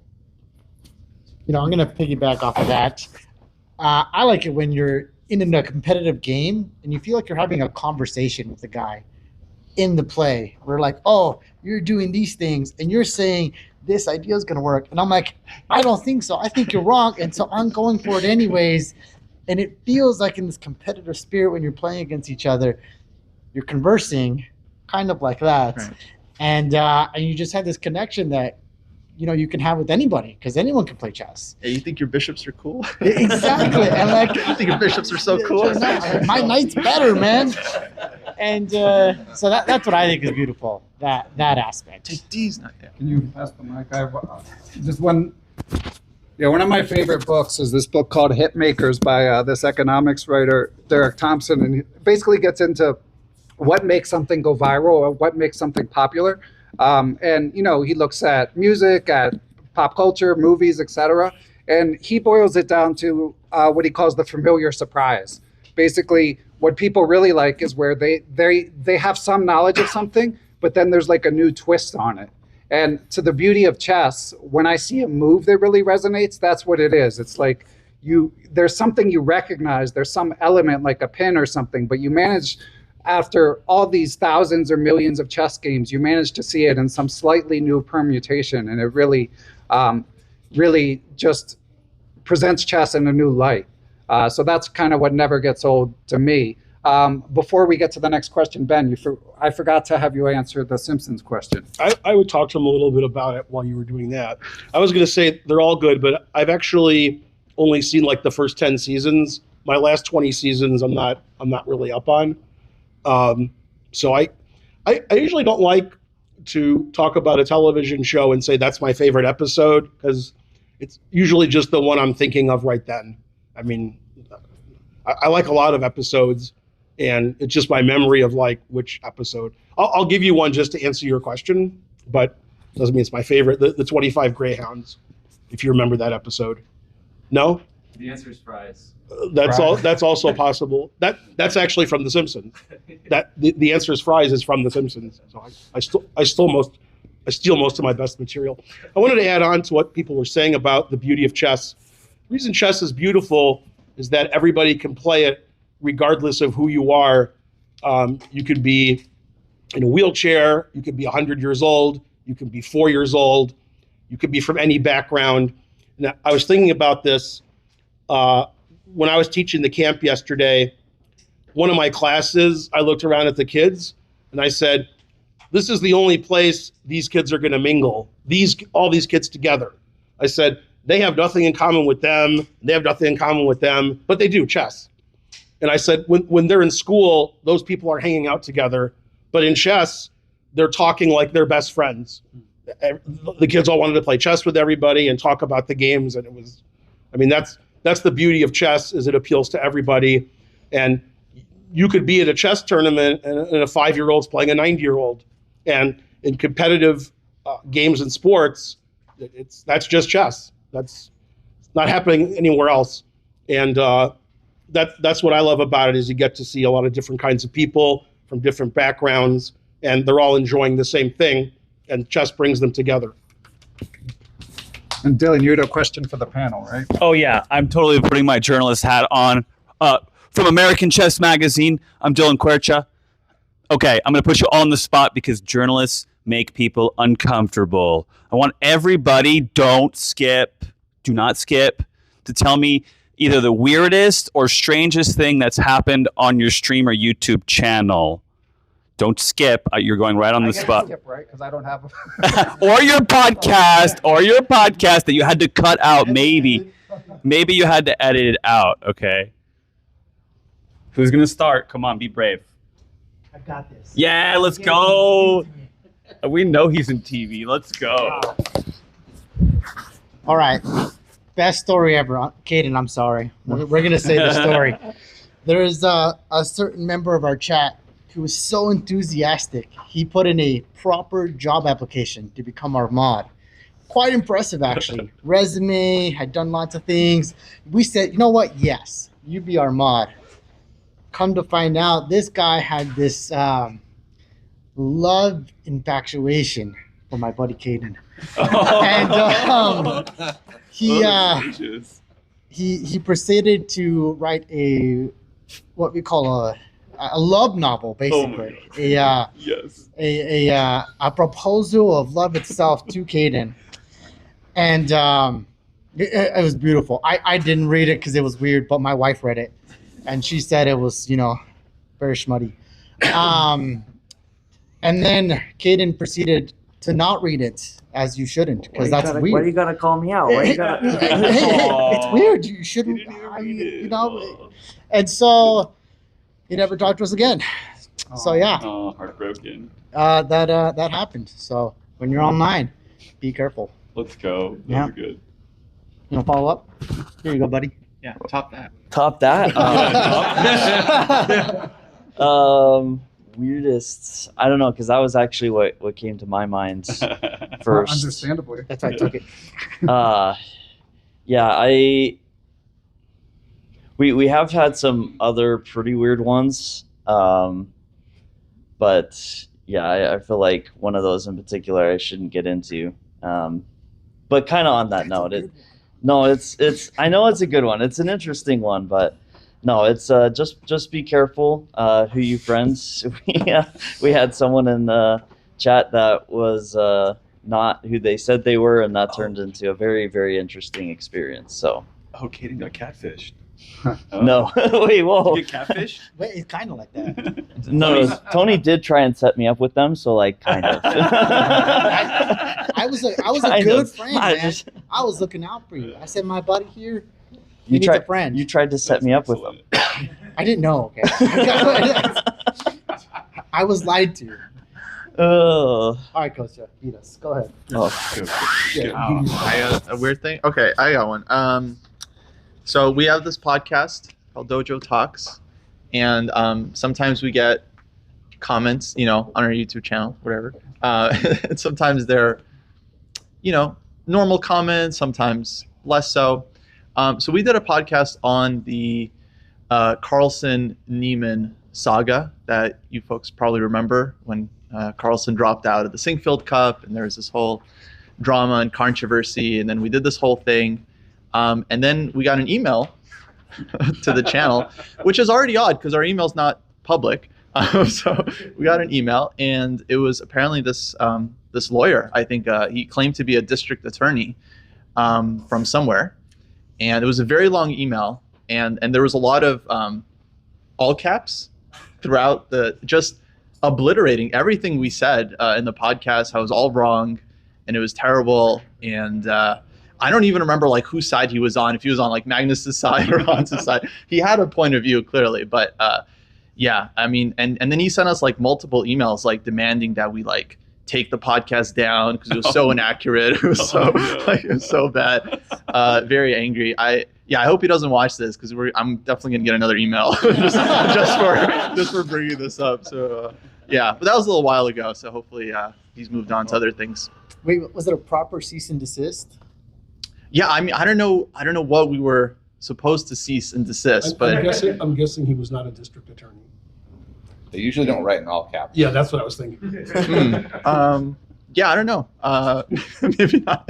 All right, I'll go. Mine will be fast. I haven't had any big controversies with the Chess Journeys podcast, so I want to say how shocked I am by that. I've made content in other games and had plenty of horrible, mean, rude comments. I've been like, yeah, that's called the internet. But the Chess Punks community, especially on Twitter, is just so supportive and so wonderful that I've been just so continually stunned that most of the feedback I get is like, hey, I like that episode. And I'm like, okay, let's do that. All right, there we go. Nice. Awesome. All right. I like that. I'm only going to tell 3 stories. Yeah, let's go. And the last one I thought of like just now. This is the craziest one. Yeah. So sometimes on my stream I reference television and or movies, and that's only when I'm talking. If I'm not talking, then I'm not. Man, tough crowd. Okay. Anyway, so I was referencing a Chappelle show, which is very dangerous. I have to often not reference the Chappelle show. And there's an episode where they're making fun of an MTV show or a VH1 show, and where the producer's telling the people who want to make a record to do all these weird things that have nothing to do with music, because it's the Chappelle show. And one of them is, I want you to get me a quart of Cambodian breast milk. Okay. And then somebody did, because it's a Chappelle show, so they can do whatever they want. Yeah. Anyway, so I made a reference to that on my stream. This is many years ago. And man, one guy got really mad, and he wrote lots of emails and talk on the stream about, I was in Cambodia and you can't talk about Cambodia like that. And I'm like, I didn't talk about Cambodia. I made a reference to the show. Then he sent bad reviews of our chess club on Google, and he'd never been to our chess club. But the fact that I said something on my stream, that meant our chess club was bad. And then he went on and on and on, and I'm going to sue you, and I'm this, and went on and on. And then eventually, like, it ended. Like, I don't know what happened. Moved back to Cambodia. I don't know. Okay. The other one is, there was a guy on my stream. This second story. There was a guy on my stream, and his handle was Yasser Sarawan. And actually, on Twitch, you can't do that unless you're Yasser Sarawan. So I figured it wasn't Yasser Sarawan. So I quizzed him about stuff only Yasser Sarawan would know. And he knew about half of it. I knew more about Yasser Sarawan than he did, which was weird. So I didn't think it was him, since he kept getting things wrong. But then he got like a lot of things right very quickly, and I was like, all right, I guess it is. And it was Yasser. But yeah, I mean, Yasser like forgot a lot of stuff that I knew about him. He was like, I don't remember that. I'm like, I was with you. So I mean, that was. But okay, it was him. And third thing I'm forgetting, which is good. Third thing is not like outrageous, but it's relatively funny. Occasionally, and I'm sure this has happened to everybody on the panel, you get an outrageous donation.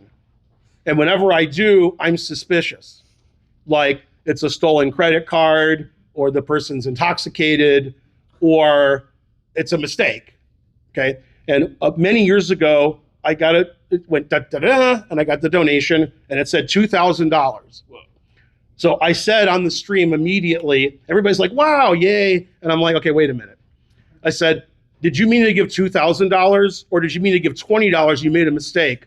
And the guy typed, it was a mistake. I meant to give $20. So I mean, we may refund him in the future. Who knows? It's only been 7 years. But man, that money helps out in Vegas.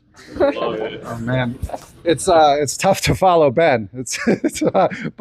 So I'm in a different position than most of you streamers because my podcast is edited. So most of the most embarrassing things, first of all, were done by me, not the guests. And luckily I can keep them hidden away. But I will actually reveal the most embarrassing thing that I did, and this was in the early days, is I was interviewing Peter Svidler, and nicest guy in the world, by the way, as everyone will attest. I mean, just the true class act of chess. And at some point, referring to him by name, for some reason, I called him Kramnik.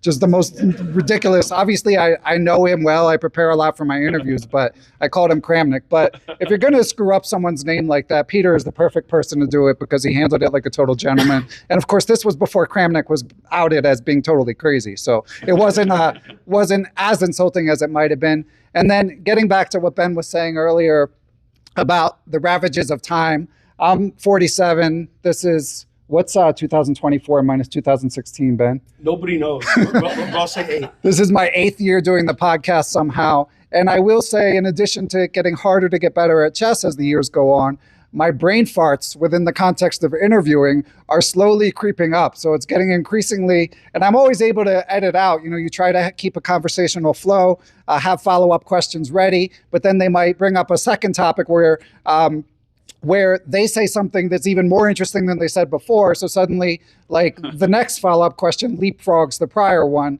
So anyway, the bottom line is it used to be about once every 3 interviews, I would say, oh man, I just totally forgot what I was going to ask you. In the middle of a sentence, you start a sentence and you forget how you were going to finish it. That used to happen once a month, something like that. Now it basically happens every week. The blunders just come fast and furious, but luckily I can edit them out. Do it. No, you're doing it. Here you go. I'm talking about your Twitch right now. My Twitch? It's not for the Chess Lounge podcast. It's not for the Chess Lounge podcast. But I have nothing. Everyone's so perfect on my channel. I don't believe it. It's true. Yeah, come on. Have you been around? It's like Yeah, everyone's they're always cool. their best behavior. And we got to wrap up, so we're going to try to go rapid fire. I'll go fast. I'm going to answer my own question. It's when I was filming in 2018 for King Chess. We were offered to interview a Russian oligarch, and the Russians were really suspicious of us. But the handler said, hey, you can interview this oligarch. We looked him up. He has 1 degree of separation from Putin. I'm like, oh my God, no. Coach Q, my character, was like nervous. And then he flew out the next day, and we didn't actually do the interview. It was like, what? I don't have a clue. I feel like I haven't been streaming long enough to have any crazy weird stories, and when I get like the occasional like will you marry me comment on my YouTube channel, I just delete it. So yeah, that's all I have. innocuous. You'll take that as far as the courtship goes, I'm sure. Yeah, I mean, up till this point in time, I haven't streamed. I've just focused on making YouTube content. So yeah, no streaming stories. I would say there is one thing that makes me uncomfortable.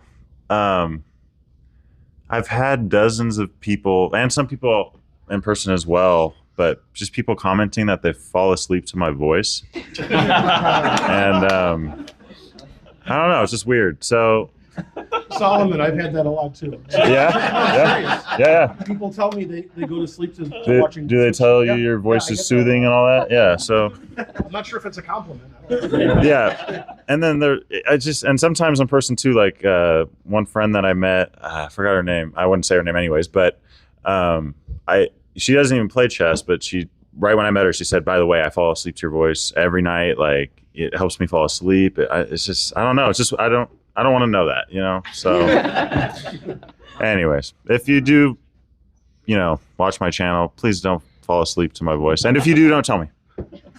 Do we have time for one more audience question? One more audience All right, he's eager. You're up. Do you want to bring the mic, Glenn? Yep. Thank you.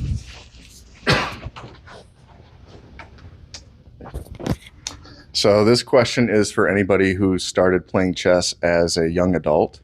With having a full-time job and a life outside of chess, how do I maximize my efficiency in terms of, my amount of time studying to chess improvement, or should I just get a tutor to do it for me?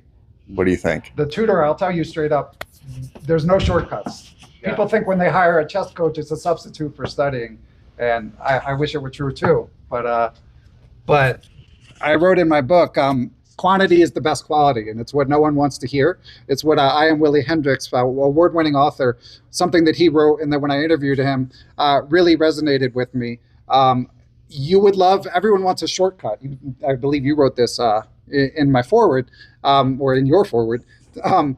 Everybody wants a shortcut, but the bottom line is you've got to find a way to make time. But I mean, I would, depending on your level, echo the advice that if you're below, say, 1500chess.com or whatever, you really want to build up your pattern recognition base. So really stuff like Checkmate Patterns Manual, which is available both as a book and a Chessable course, like a measured dose of Puzzle Rush, but pattern recognition drilling as much as you can is the best advice. And you have to play.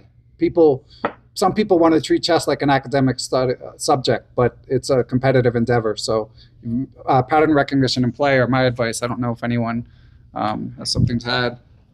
I would say the only thing I would add into that is I feel like the older you get, and even when you're younger, but particularly older because you don't have your parents watching over your shoulder, like you have to set aside the time. If you don't have dedicated time where you're going to be working on your chess, whatever that chess improvement is, then it's so easy because life is busy for other things to take its place. And so making sure that you have, this is how much time I want to dedicate to chess every day, maybe every 5 days, take the weekend off. I like the weekend. Then that is going to provide a much better atmosphere, a much better plan in order to study, to actually improve. Because if it's not, you're done. Like the first time something happens that knocks you off of your schedule or your supposed schedule because you haven't set it, it's going to make it very, very difficult. All right, Kevin. I did this. In my early 20s or mid 20s, I picked up chess, and I was really excited, and I had time, and I worked hard at it. The one thing I didn't have was like the proper mentality. My thought was like, I'm gonna reach like probably GM, and that was my goal. And then I did great. I went from like 1,000 to 1,700 in a year and a half, and I was like, this is a great journey. And then I had one really bad tournament, and I was like, oh, okay, never mind then. It's not gonna work out. I was wrong. I'm out, and I quit chess for 20 years. So I would say like have reasonable expectations and goals. Like you can have a goal of being GM, but like set smaller goals along the way that you're reaching for. Excellent. Well, on that note, thanks to everyone for coming. Thanks to the panel. We will be sticking around, so if anyone wants to come chat, by all means do so. What's that? If anyone wants to game. Yeah, of course. Yeah, anything signed or pictures, and yeah, thanks everyone. Any books to promote or anything? Yeah, I have a book called Perpetual Chess Improvement. You can probably get it next door.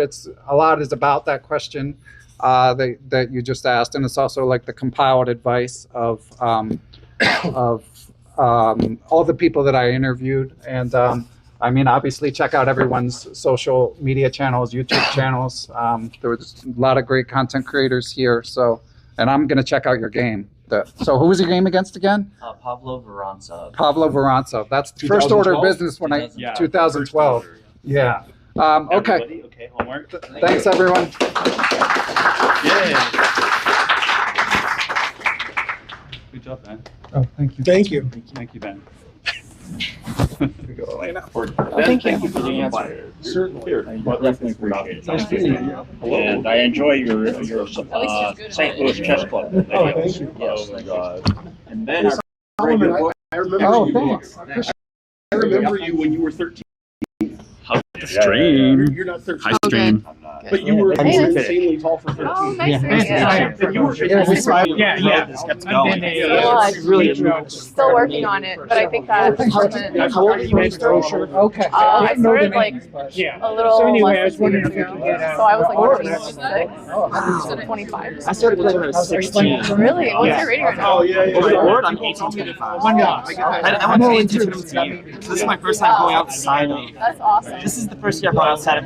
Yeah, I have to tell you. Outside of what? Outside of New England. New England. Okay. Yeah, I'm in Massachusetts. Oh, you're in Massachusetts. Nice. I've never been to Central. No. You've never been to Central? I want to go. I'm just saying, You gotta so many and come years, to March too. it was always a thing. Yeah, because that's that's the morning. That's the only chess club.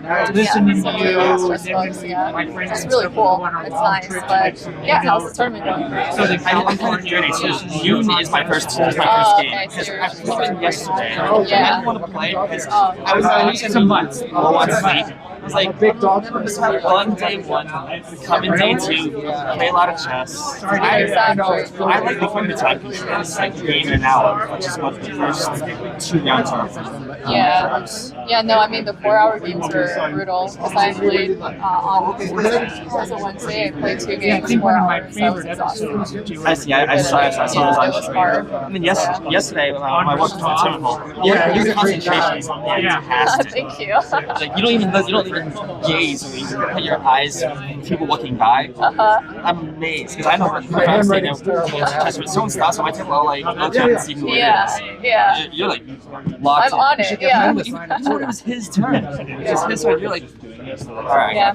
You know, I actually, because I haven't been good with time management in the past, this tournament is my first. Exactly. And I think that this tournament, I've actually really been able to concentrate during my opponent's time and just like figure out, calculate multiple lines. Because you've been doing bowling. Exactly. I think so. So now that I'm playing classical, I've gotten much faster, so I'm able to calculate quicker, and so like I don't require as much time to think on my own time. So it's really nice.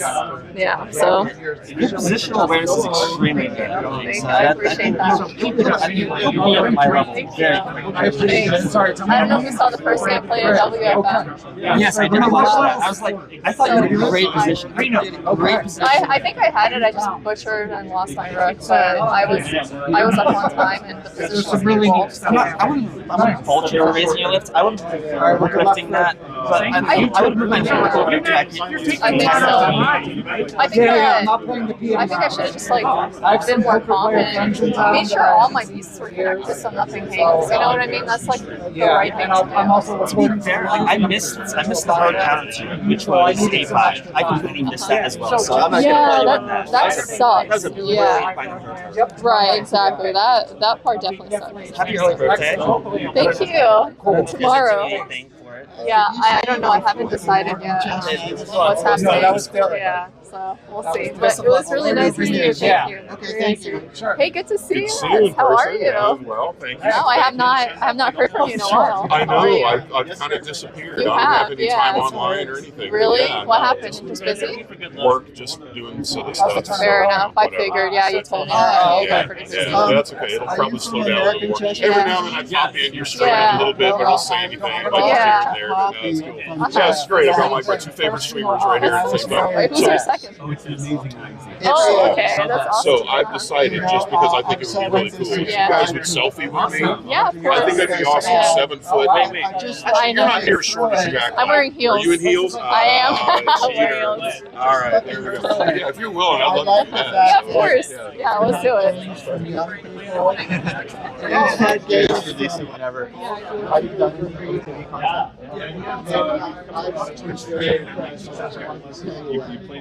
What's your name? Yeah, you just gotta have very experience. Yeah. Good to see you. Especially at tournaments like this. Oh, I'm about to take all a these picture. kids and stuff. And then- Yeah, there you go. Oh, sure. It's okay.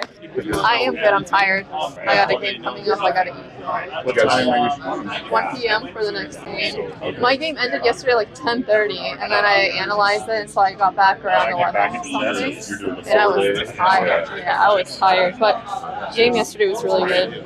Yeah. I already had this coffee, but I'm already feeling tired. I need another one. But the line at Starbucks was fucking crazy. Dude, I know. I hate that line. That's why I'm just gonna go outside and try to go somewhere else get Just one. don't get off Flamingo. Yeah, not Flamingo. Did you get coffee today?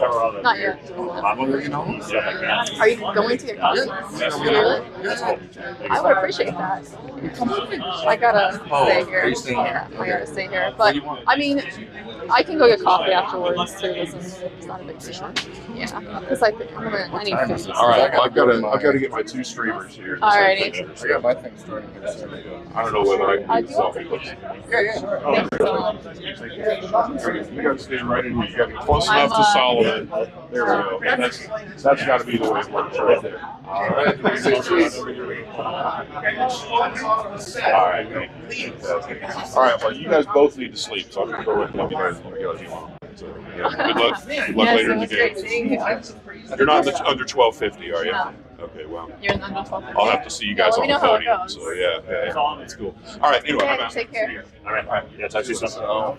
I didn't think about this angle. Did you sleep last night? I didn't sleep enough. Well, because I was analyzing, I got back my tea ready for bed. So yeah, but that's fine. It is what it is. I might do all the games today, might not. We'll see how I'm feeling. Okay. I was thinking I have 5 games, so I was going to take a bye and get some food at some point because there's not much time to get food. Yeah, after this, I was thinking of getting food. I'll let you know about it. I was going to ask Close to doing too. Is your phone Wi-Fi working here? Because mine it keeps messing up. Your Wi-Fi? I have to keep reconnecting. You gotta use you gotta connect. Can you just text me instead? Let me give you my Actually, just put your contact info here. And then text me.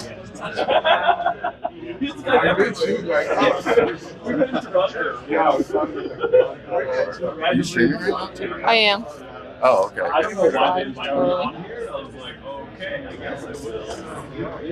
don't know why the hotel is like weird for the internet for me. Yeah. For you. Just like any play of chess and culture. Alrighty.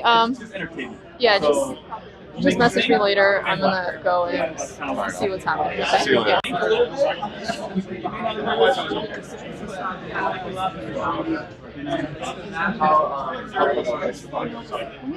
There's somebody right in front of the camera. 1 sec. Wild. Yeah. Oh, I don't know. All right. Appreciate it.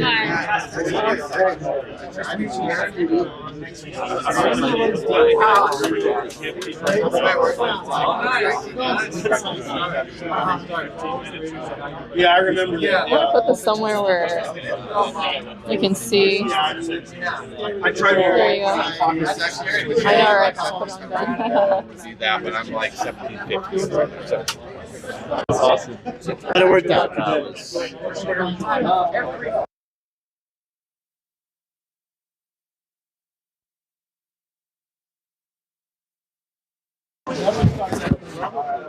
Always sign up.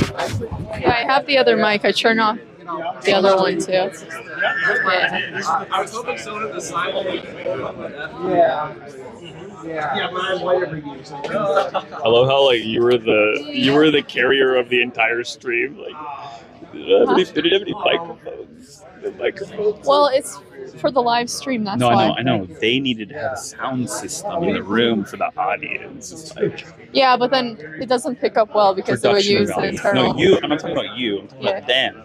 Like they have no production value here. It should have a banner. Should have like they just told Ben before the thing. Like,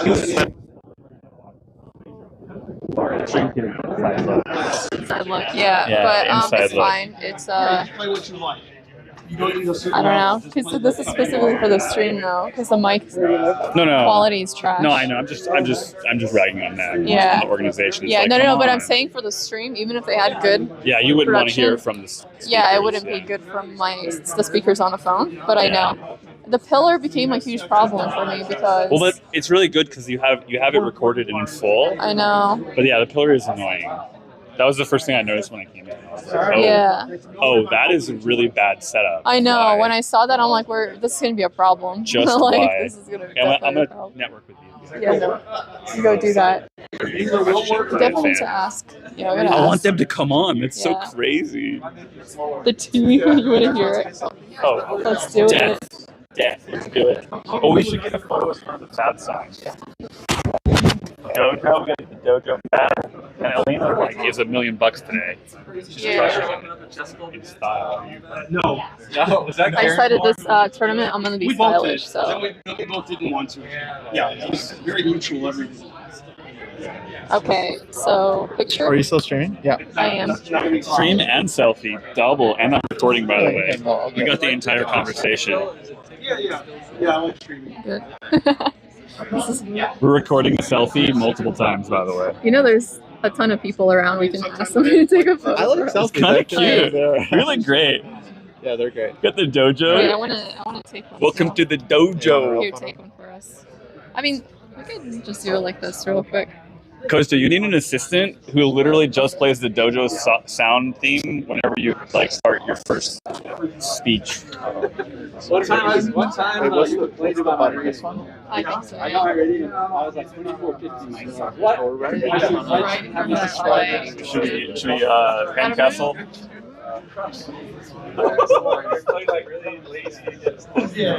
Yeah, for time reading.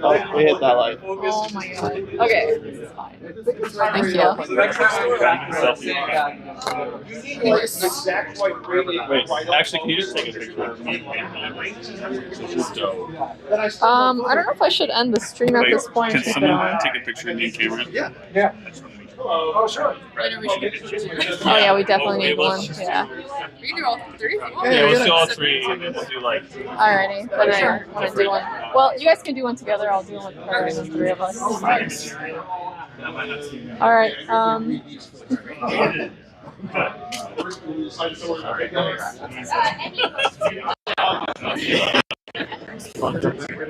Sure. Yeah. You got it. Need notes. Yeah, get it wherever you want.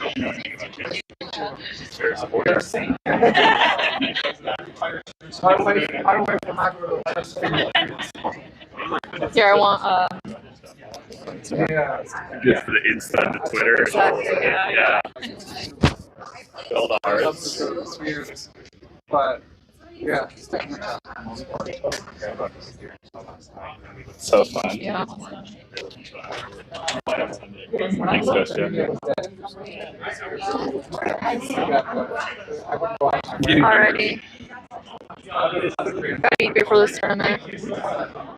Okay, guys, I think I'm just gonna end this stream because I gotta get ready to. Alright? I gotta get ready to go eat before the game. So I'll see you guys soon for the next game. In like at 1 p.m. Oh crap, my phone's dying. I had to charge it. Alright. Did you do anything like Okay guys, I will see all of you later. Take care. Be here at 1 p.m.